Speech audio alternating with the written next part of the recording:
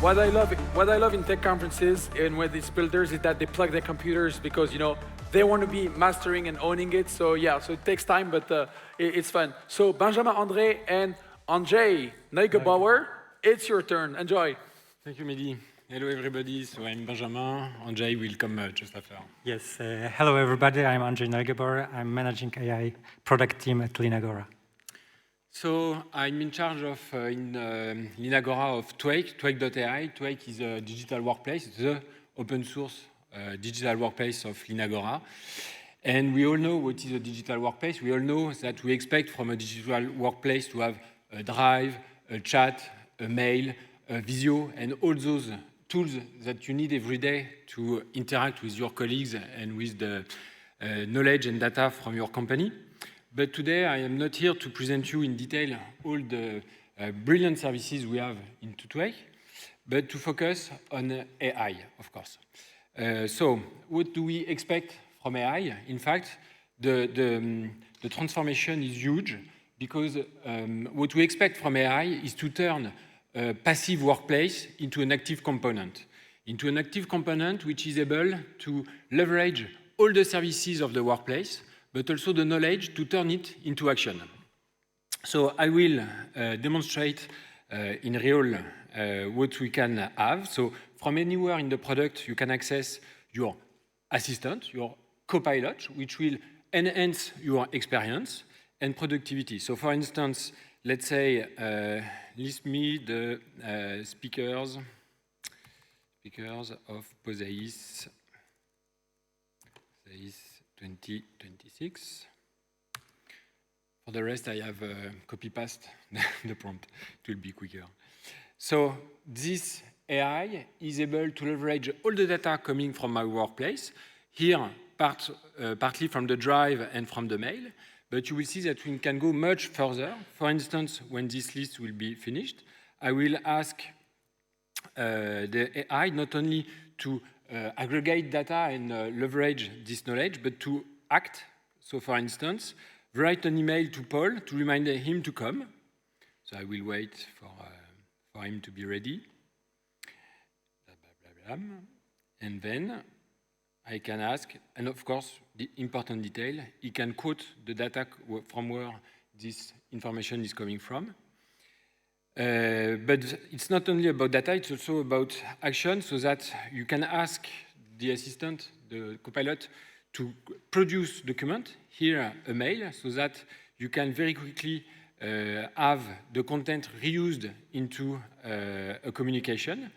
And of course, before being able to send the email, you can edit and again leverage AI in context so that you can translate, correct, improve, add bullet into your document. And for instance, let's translate it in French. If you expect, you can replace, and boom, you have your email ready to be sent to Paul with this content and with the help of AI. But you can go further. Let's imagine you expect, so as I said, copy-paste is quicker. Create a docx with the list of speakers with the LINAGORA template. And when you launch this request, the AI, the assistant, will be able to leverage, again, the data, but also to interact with the service, to produce the content, and then to interact with it. So before it was with the mail. Here it's an office document, a docx document, and this document will be able, you will be able to edit it from the drive and to have a dynamic collaboration into the document. Blah blah blah. And when it will be ready, you will see that for those who know OnlyOffice, that we are able to embed into OnlyOffice a copilot, so not only just a text translator, but a true chat to interact with the content. For instance, so here is the document produced by the AI with the content, and let's imagine I select the content and I say, okay, please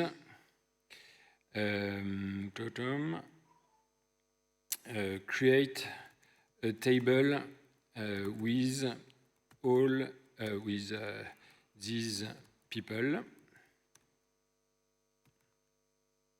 Talk. And then he is able to, of course, read the content, prepare formatted rich text content, and then to insert the result, here a new table from something which is much less friendly than a table. For instance, let's say you need to collect more data about your speakers, then you are able to quickly, from the assistant, get your document in the correct template. Of course.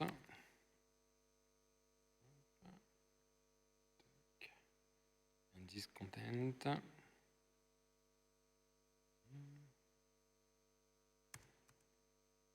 You are able to create your table with the data coming from the other documents. So you can interact live with the content of your document and ask for some modification dynamically in your doc. But let's come back into the assistant. Let's create a new interaction so that we can have a look to what we can modify in the way you interact with your assistant. I don't know if you have seen, but you can select different sources of data, your drive, your email, a web search, so that your assistant is able to use an online web search services. But you can also leverage different assistants. So those assistants are, of course, using your data, all the data and knowledge from your workplace, but will also leverage the expertise of some other agents, internal agents that you can host on-premise, or external agents which has some expertise. For instance, here, doctrine.fr. Doctrine, if we go into the parameter of this assistant, you see that there is a context, but also you mention which part of your knowledge database you will leverage. And you can choose which model and agents will work. And here, it's a custom provider. It's not neither your on-premise model, such as, for instance, Logiciel or OpenRAG or Mistral. But here, it's doctrine.fr API, which is a parameter, which is configured, so that when you interact with Doctrine, Doctrine will be enhanced with the context of your workplace, the context of your contracts, of your current affairs or negotiations. So,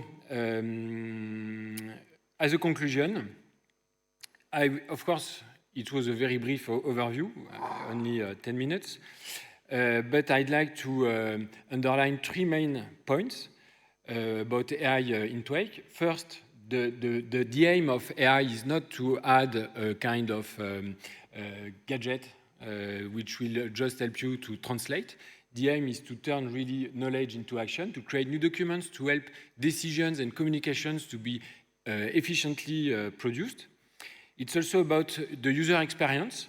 From a single point of assistant, you can leverage different assistants and different data. You can both have strictly a request which is completely focused on your data, but you can also have a web search or the interaction with the doctrine.fr, or let's imagine with a service to produce an image or an analysis. And of course, trust. Because when you consider all the knowledge and information you have in your workplace, in fact, you have all the business assets of your company, intellectual properties, secrets of fabrications, you have the contracts and all the elements that you are currently running on your business. So trust is key, and that's why security and the way to access to all this knowledge from your assistant is key. And Andrzej will explain you how we manage to organize this clusterization of data so that your AI will not spread all this knowledge without control. Andrzej.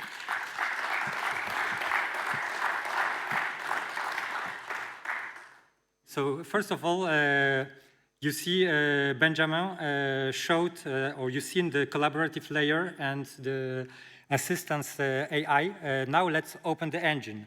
So let's pop the hood and look inside the OpenRAG. I promise it's gonna be quick, but I hope I will convince you that the OpenRAG that we are building is not really a toy tool, but a production-grade system built for real companies, real constraints, and real scale. So first, what are the 5 critical challenges when you want to build the production-grade RAG system? Because you all know that building a RAG that works in a demo is really easy, but building a RAG that works in production at scale with real users, real documents, real security constraints, it's really hard. So there are 5 challenges that really absolutely must be solved before going into production. Everyone speaks about the pipeline quality. This is where the most effort normally when we develop the RAG system is done, but obviously good retrieval is not enough, and we need to have a predictable behavior, stable ranking, and hallucination harnessing. And then there are other points, like RAG leakage. So it's all about scoped retrieval, strict partitioning, tenant isolation. And if you don't solve those problems, your RAG becomes a data leaking machine. Then another point is obviously the scalability. So as you all know, especially the indexation, and if you would like to build the advanced multimodal system, the indexation is something that is really, it takes a lot of compute, and it takes a lot of time. So the system should be highly scalable. So you need to work on the cluster with GPU machines. Another point is integration. So obviously, if you ship a RAG, you would like to have the system that integrates easily into into the IT's company stack, and I will show you how we achieve that. And last but not least is also the evaluation pipeline. Obviously, it is also very, very important because in production you need continuous quality signals, retrieval drift, hallucination detection, and check the pipeline regression. Now let's show the engine in action. So here is the screencast of the interface, which is a chain lead by default. But I will explain later how easily you can switch it into your favorite open source, obviously, chat interface. So you see, I asked the question on the given partition about digital sovereignty, and the system gives me correct answers. It is able even to retrieve the information from the visual graphs. And if you ask the question about on the different partition where the information don't exist, the system is not going to hallucinate. It will give you clearly that unfortunately I cannot answer because I don't have the information. So the model is not going to use its internal knowledge that perhaps he acquired during the training, but we managed to harness his hallucination and behavior really to be to answer the question based on only on the information that he retrieved in the system. So as a conclusion, this is what production-grade retrieval looks like. It should be scoped, grounded, and multimodal. Now let's switch the gear, and you have seen the engine. So you see the engine, and now I would like to see how easy it is to integrate with the third-party, let's say, chat system. So most probably your favorite chat interface is the Open Web UI. So here is another screencast. So in fact, the user, as you see, let's say, has access or configured 3 LLM models to chat. And now, having just the information about the running OpenRAG in production, adding the API keys that the user can generate on its own, or it can be generated by an administrator of the system, he just puts it here, and you see he sees his own partition, and he's ready to chat. And again, the retrieval is scoped, so this is based on the rights of the user. He's gonna see only the partition he is allowed to see and chat based on the rights. So as a conclusion, thanks to, and this is everything thanks to the OpenAI compatible chat API that we developed. So you don't need a custom SDK, no proprietary protocol. It integrates within a second.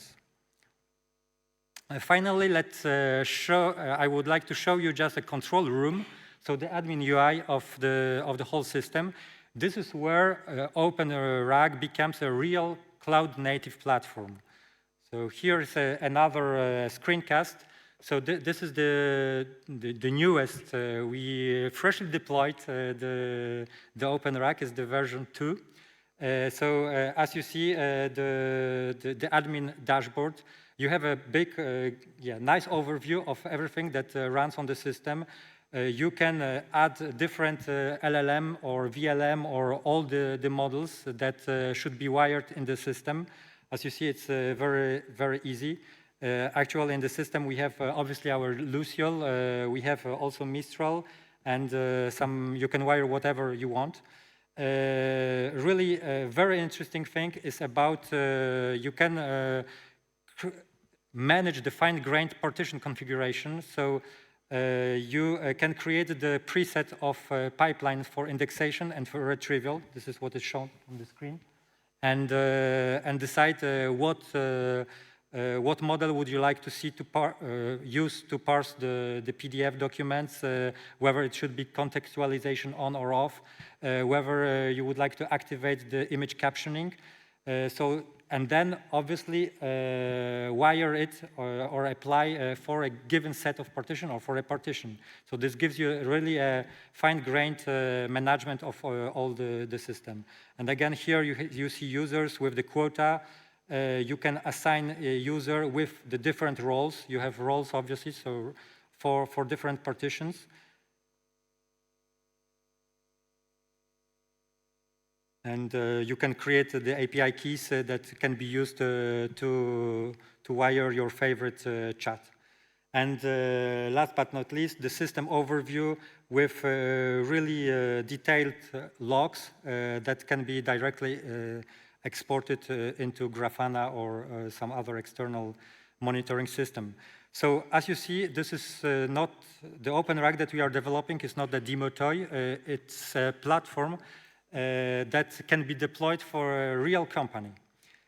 And so yes, OpenRAG powers assistance, as you see in the demo of Benjamin, but more importantly, it gives you a secure, scalable, integrable and cloud-native retrieval engine. So we would like to invite you to collaborate with us on this project, and let's continue building it together. Thanks a lot.